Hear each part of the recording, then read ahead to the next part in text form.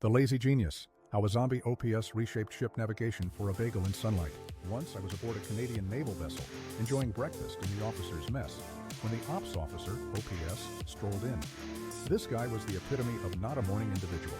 He appeared half awake, bleary-eyed, essentially a zombie with a muffin. He plopped down across from me to munch on his muffin and seemed barely alert.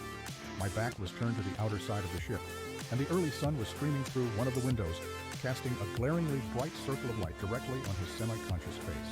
He was squinting and chewing, essentially just relearning how to exist for the day. It was tough to witness. But then zombie OPS halted his chewing, gradually picked up the phone and dialed the control room. In his famously sleepy tone, he said, "Hey, it's OPS. Could you adjust our course?" "Yeah, 165, thanks." He hung up the phone and just sat there, squinting, awaiting.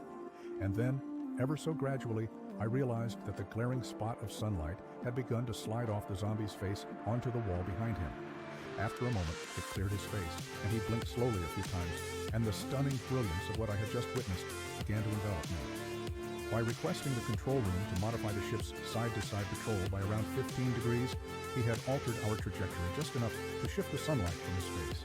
He had literally just maneuvered thousands of tons of metal and numerous personnel just so he could eat his muffin without sun in his eyes.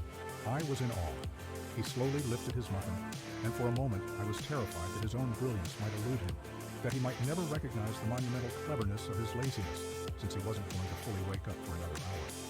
But between his next bites, he paused, glanced at me, and gave me the faintest sly grin before returning to gnaw slowly on his zombie muffin.